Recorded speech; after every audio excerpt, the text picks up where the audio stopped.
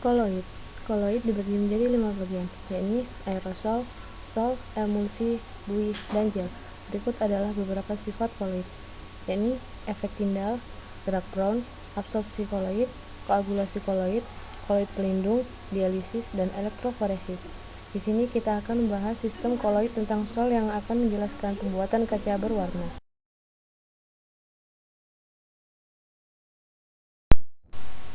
Bahan-bahan yang digunakan terdiri dari dua komponen, yakni komponen utama dan komponen sekunder.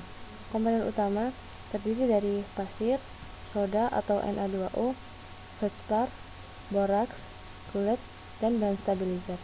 Untuk komponen sekunder, yakni refining agent, penghilang warna atau dekoloran, opacifier, dan pewarna koloran.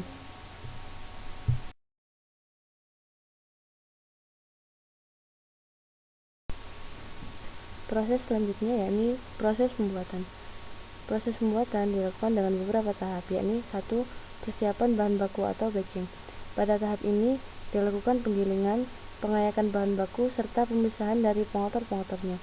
Serbuk bahan baku ditimbang sesuai komposisi, termasuk bahan-bahan aditif yang diperlukan seperti zat pewarna atau zat-zat sesuai dengan produk kaca yang dikehendaki.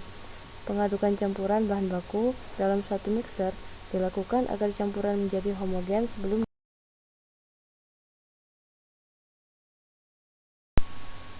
Proses selanjutnya yakni pencairan atau melting atau fusing. Bahan baku yang sudah homogen diayak dahulu sebelum dimasukkan ke dalam tungku atau furnace bersuhu sekitar 1500 derajat Celcius sehingga campuran akan mencair. Selama proses pencairan, masing-masing bahan baku akan saling berinteraksi membentuk reaksi-reaksi kimia berikut. Reaksi-reaksi penguraian yakni natrium tiosulfat bereaksi menjadi natrium oksida dan karbon dioksida, kalsium karbonat yang menjadi kalsium oksida dan karbon dioksida, natrium sulfat menjadi natrium oksida dan sulfur oksida, magnesium karbonat dan kalsium karbonat menjadi magnesium oksida, kalsium oksida, dan karbon dioksida. Reaksi antara silikon dioksida yakni natrium karbonat pada suhu 63 derajat Celcius sampai 780 derajat Celcius akan membentuk natrium karbonat dengan silikon dioksida menjadi natrium oksida, silikon dioksida, dan karbon dioksida. Sedangkan reaksi antara silikon dioksida dengan kalsium karbonat pada suhu 600 derajat Celcius yakni kalsium karbonat dan silikon dioksida bereaksi menjadi kalsium oksida, silikon dioksida, dan karbon dioksida. Untuk reaksi kalsium karbonat dengan natrium karbonat di bawah suhu 600 derajat Celcius yakni reaksi kalsium karbonat dan natrium karbonat menjadi natrium kalsium karbonat 2 kali. Reaksi antara natrium sulfat dengan silikon dioksida pada suhu 884 derajat Celcius adalah natrium sulfat dan silikon dioksida menjadi natrium oksida, silikon dioksida, sulfur oksida, dan oksigen. Untuk reaksi utama adalah silikon dioksida, natrium oksida, kalsium oksida, dan mangan oksida bereaksi membentuk silikon oksida, natrium oksida, kalsium oksida, dan mangan oksida.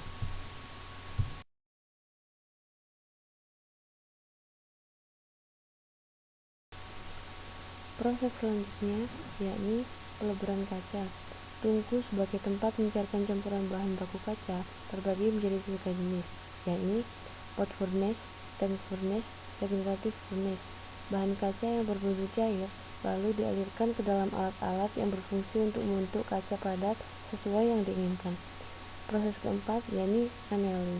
Fungsi tahapan ini adalah untuk mencegah timbulnya tegangan-tegangan antar molekul pada kaca yang tidak merata sehingga dapat menimbulkan kepecahan. Sedangkan yang terakhir yakni finishing dan pengendalian kualitas atau quality control. Beberapa proses penyelesaian akhir pada industri gelas adalah cleaning and polishing, cutting, enameling, dan grading.